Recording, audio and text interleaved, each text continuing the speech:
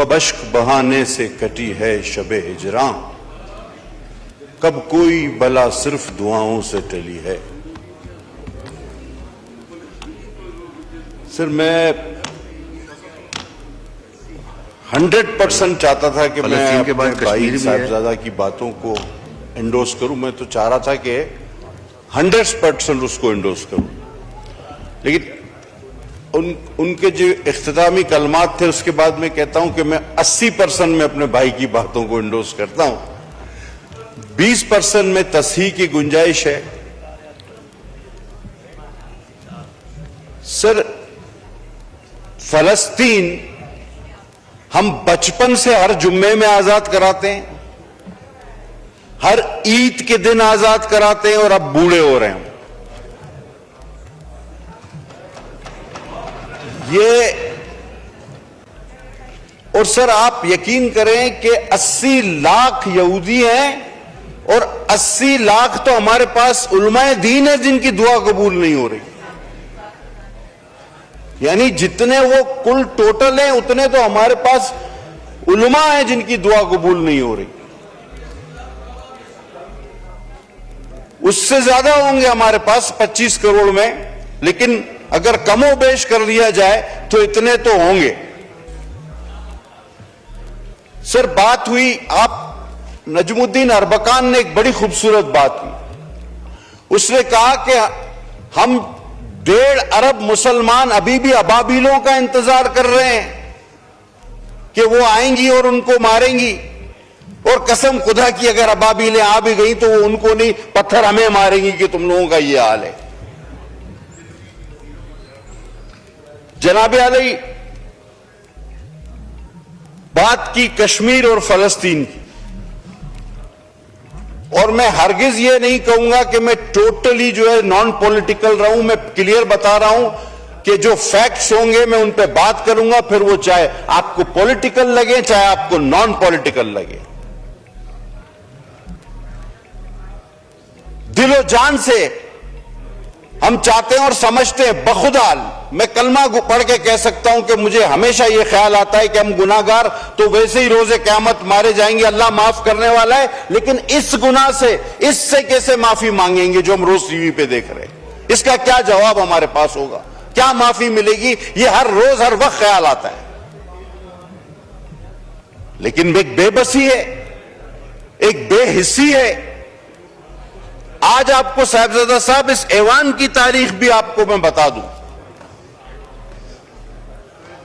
3 बार एक ऐसी चीज हुई है कि जिसकी मिसाल कभी मिलती नहीं। वो कौन सी 3 ऐसी चीजें हैं? सर एक,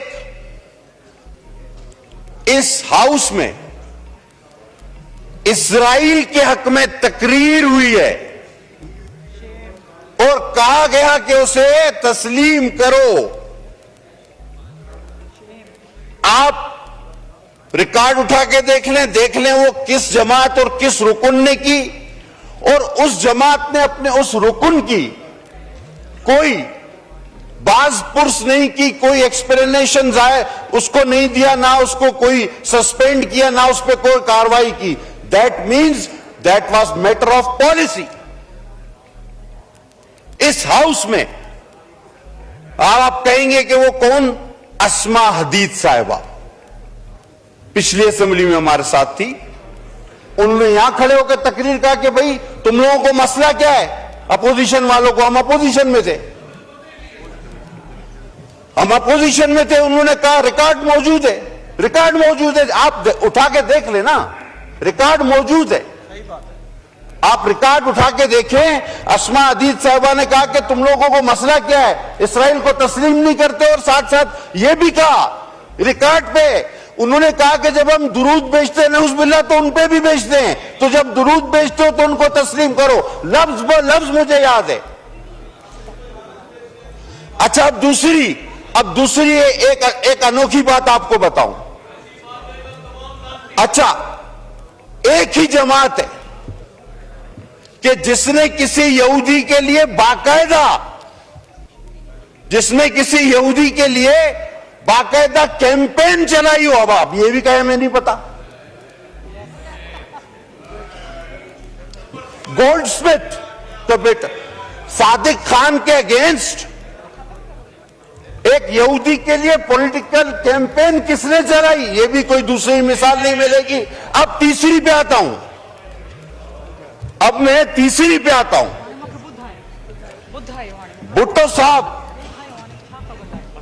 भुट्टो साहब जब गिरफ्तार हुए तो पूरी इस्लामी दुनिया के सरबराह उन्हें मांग रहे थे और कह रहे थे इसको फांसी मत देना, यासिर अरफात समेत। और एक अनोखी बात है कि आज इस्राइल और अमेरिका और खासकर इस्राइल के लेजिस्लेटर पाकिस्तान में किसी की रिहाई का मुतालबा करते हैं, यह भी हमें पहले कभी होते हुए नहीं देखा। अब आप बताएं कि ये तीनों अनोखे वाकयात, क्या आपने, अब भुट्टो साहब को तो सारी इस्लामी दुनिया मांग रही थी, उनको फांसी हो गई। अब किसी और को सिर्फ इस्राइल मांग रहा है, तो मेरे ख्याल में वो जिस तरह के हालात है तो छोड़ा के भी ले जाएगा। और सर थोड़ी देर पहले हमारे उस तरफ चीफ विप साहब थे, उन्होंने स्पीकर साहब से भी कहा अब बात तो सिर्फ इस्राइल पे करनी चाहिए थी, तो फिर वो निकल गए कि जी नहीं हमने करारदाद जमा कराई थी। सर ये इतनी बेहिसी कैसे हो सकती है कि मैं उस रोज चीख चीख के कह रहा था कि मेरे भाई मेरी बात सुन लो, थोड़ी देर के लिए नारे मत लगाओ, ये पाकिस्तान की बका का मसला है। नहीं सुनी गई बात। और हमारे अराकीन ने वहां जाके ठोड़ियां पकड़ी कि यार थोड़ी देर तो बैठ जाओ, नारे हमेशा लगा लेते हो। क्या नहीं, क्या करो, यह करो, वो करो। तो भाई वो भी तो यही कैनाल का मसला था। अब आप कहते हो नहीं पहले हमने तो उसी दिन जमा कराई। 40 लोगों ने हुकूमत और अपोजिशन से उस पर बहस की, आपने नारे लगाए, बायकाट किया। अब कहते हो नहीं पहले हम, आपका तो पीछे से पहला नंबर है, आगे से नहीं। अब जनाब आ जाएं, आगे चले। उस दिन बात हुई जिसका मैं जवाब देना चाहता था, आज जवाब इसलिए दे पा रहा हूं क्योंकि उसके बाद से हाउस ही नहीं चला, कोरम पॉइंट आउट होते रहे। सर एक चीज और भी है, हमारे दोस्त तारीख में थोड़ा सा पीछे भी देख लेना तो एक कैनाल जलालपुर की 2018 की गवर्नमेंट ने भी अप्रूव की थी और उसका संगे बुनियाद वजीर आजम रखने जा रहे थे, वो भी इंडस का पानी था। हम उसकी भी मुखालफत करते थे, हम आज भी हर कैनाल की मुखालफत करेंगे। और मुझे बड़ा अफसोस हुआ कि सर ये जो वजीर आजम के बाद सबसे अहम कुर्सी होती है, इस कुर्सी के कुछ सर अपने भी फराइज होते हैं, कुछ उसकी इज्जत रखनी होती है। बेदरेक वहां पर बैठ के झूठ नहीं बोलना चाहिए। इन्होंने कागज लहराया कि जी ये देखिए फलां ने इस मंसूबे की मंजूरी दी है।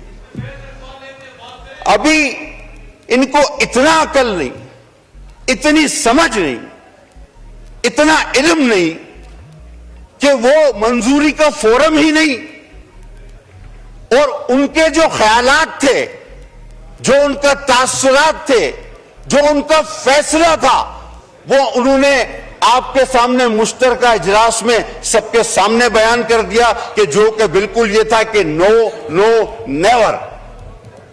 लेकिन चूंकि सियासी पॉइंट स्कोरिंग करनी है, और उस दिन कहा गया कि जनाब एक गैर आईनी तरीके से 9 तारीख को एक हुकूमत को खत्म किया गया। मुझे आप ये आइन कॉन्स्टिट्यूशन आपके पास पढ़ाए, मुझे आप नो कॉन्फिडेंस पढ़ के सुना दें, अभी सबको पता चल जाएगा कि that was the only constitutional no confidence, only. तो फलस्तीन पे तो मैंने बात की, तो आपने उसके हक में तकरीरें की हैं, इसीलिए तो उठ के चले गए थे आप। अभी आ रहा हूं फलस्तीन पे, अभी दोबारा आता हूं फलस्तीन पे, थोड़ा हौसला रखो जनाब। इन्होंने ये कहा, नो क्रॉस टॉक, अब चेयर को एड्रेस करें प्लीज। सर अब उनका दवाई का टाइम हो गया तो मैं क्या करूं। सर बात यह है कि जिस दिन सलामती काउंसिल की मीटिंग हो रही थी तो राय फरार इख्तियार की गई। अब उसकी असल वजह क्या थी मैं उसमें भी आता हूं। लोगों ने कहा जी इसको नहीं बुलाया, उसको नहीं बुलाया, इसको नहीं बुलाया, ये बात नहीं थी। बात असल में यह थी कि जिस तरह की तकारीर वहां से होती हैं तो वो तो यहां खुद आके बैठे हुए थे, तो उसके सामने कौन बात करेगा। उसके सामने हिम्मत ही नहीं थी बात करने की। वो जो यहां बैठे थे 3 लोग, उनके सामने हिम्मत नहीं थी।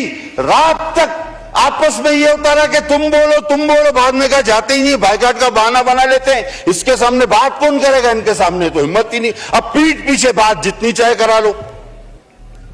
वो मौजूद थे तो अब बात करते ना कि जी ये डी चौक पे भी नहीं आने देते, ये रात को उठा लेते हैं, ये डालों में ले जाते हैं। वो मौजूद थे, हिम्मत नहीं थी ना, मान लो हिम्मत नहीं थी।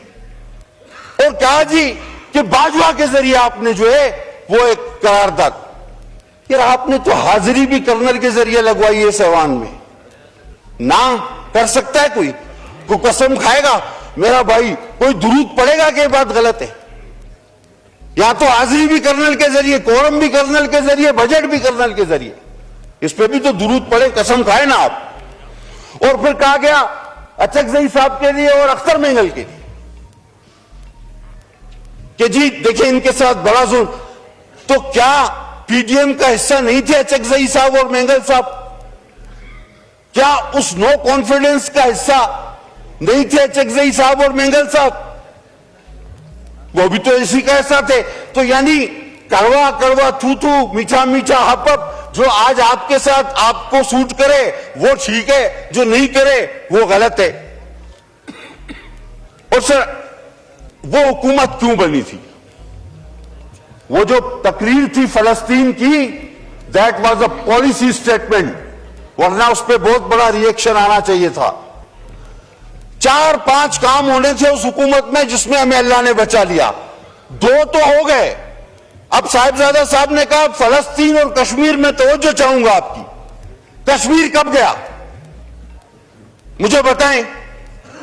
दैट वाज अ एजेंडा, लाया ही इसलिए गया था, आए ही इसीलिए थे, आरटीएस बंद ही इसीलिए हुए थे। कश्मीर गया, यहूद के हक में तकरीरें शुरू हो गई, सीपेक रोलबैक हुआ, मईशत का पट्टा बिठाया गया। खुद आपका वजीर खजाना कहता है, हमने कहा कि जी आपने 60-70 सालों में जितना पाकिस्तान ने कर्जा नहीं लिया था आपने 4 साल में ले लिया। कहता नहीं, उतना 100% नहीं लिया, उसका 76% लिया है। खुद एतराफ करता है। अजीब आदमी है। हम कहते हैं तुमने 100 बंदे मारे, कहता नहीं मैं बेगुनाह हूं, मैंने तो 76 मारे हैं। तो यही वाली मिसाल हो गई। आप हुकूमतें जर्नलों के जरिए चलाते रहे। फैज साहब आज किधर है बेचारा, पता नहीं वो आपकी वजह से बंद है या तुम लोग उसकी वजह से बंद हो, वो खुद परेशान है। और जो मुक्का आप ही के एक दोस्त ने कहा था, लड़ाई के बाद याद है ना साहब, तो अपने ही मुंह पे मार लेना चाहिए। ये सलामती काउंसिल में आके बात करनी चाहिए थी आपको सारी बात। और जब इसराइल के हक में तकरीरें हुई, इंडिया हमसे चला गया, और ये कब हुआ याद करो। आज आप बात कर रहे हो सीपेक रोल बैक हुआ। अब खुदा ने हमें बचाना था कि हम बैंक करप्ट होते आपके इन कर्जों की वजह से, और अल्लाह ना करता कि हमारा एटमी ताकत भी हमसे सरेंडर हो जाती। ये आपका एजेंडा था जिसके बीच में हम हायल हुए। हमने अपना पॉलिटिकल गेन जो था वो वेस्ट किया। हकीकत है हम सियासी तौर पे आपके 4 साल का वो सारा घन कचरा अपने सर पे उठा के घूमे, हम उसमें हमारा ग्राफ गिरा, ये हकीकत है। लेकिन हम ना करते तो आप इंडिया दे चुके थे, इसराइल के हक में तकरीरें आप कर चुके थे, सीपेक आप रोड बैक कर चुके थे, बाकी रह गया था एटम बम और एक आध एजेंडा आपका और टाइट है फिश, वो हम नहीं होने देते। इसी की हमने कीमत अदा की। तो जनाब आखिर में देखिए वफादारियां जो होती है ना, आप कहते हैं ओआईसी महातिर मोहम्मद ने बुलाई थी। यार इतना जल्दी भूल गए?